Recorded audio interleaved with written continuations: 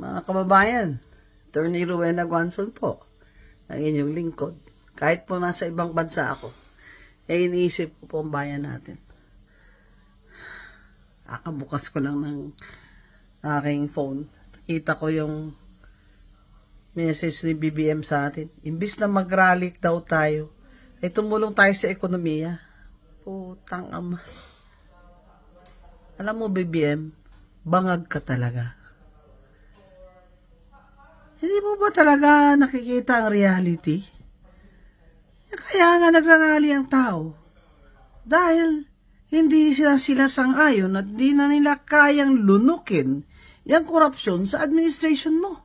Ikaw din ang gumawa dahil lahat ng crony mo nakapalibot sa'yo ay rumarakit at mga korap at hindi mo naman sila hinihinto.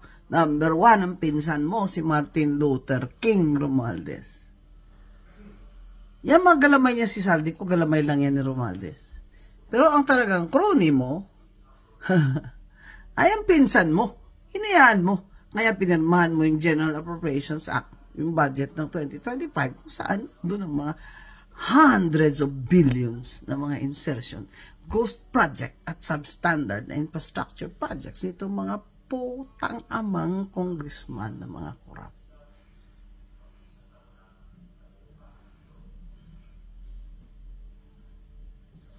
Tumigil na kayo, tibalik nyo yung pera namin.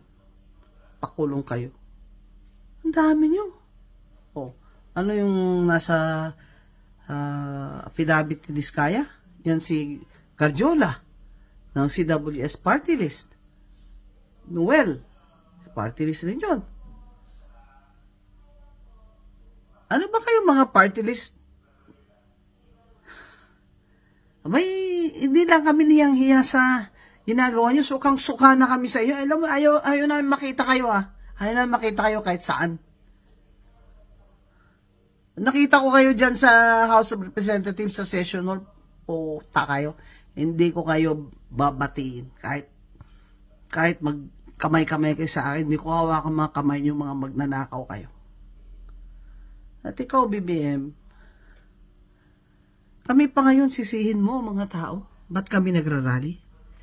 Nagrarally kami dahil protesta na namin ito tuloy-tuloy sa administrasyon mo. Hindi mo ba gets? Hindi mo ba rin gets na ikaw ang niraralihan? Abay, kung hindi mo kaya, 3 taon na lang, ganito ka pa rin. Walang new foreign investments, walang new capital, wala na nga mapapautang sa Pilipinas, pati World Bank nag-comment na sa iyo. Hindi ka naman gumalaw sa korupsyon kung hindi ka binigyan ng US State Department report, di ba? Dahil tuta ka ng Amerikano. O, di ba sinabi ko sa'yo, ano yung customs? Ba't hindi mo yan ginagalaw, BBM? Takot ka? Sino ang patrona ng Bureau of Customs ng mga korap dyan? Ha? Di mo kaya yung petro nila. Pero ngayon, bubuksan mo na. Kasi, sinama na naman yan sa US State Department report, di ba? Matagal ko na sinabi yan. Oo. Kung hindi naman nilagay sa US State Department report yan at tinawagan ka, sinabihan ka, sukdula na yung korupsyon dyan sa Pilipinas.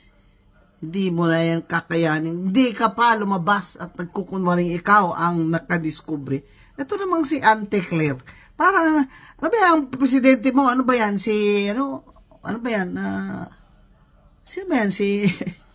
Tingin mo ba yan sa kanya? Si Superman? Kaya lang naman ikaw lumabas dyan sa BBM Dahil sa US State Department report ngayon, galawin mo ang customs. Hindi ba mabablock ka na naman?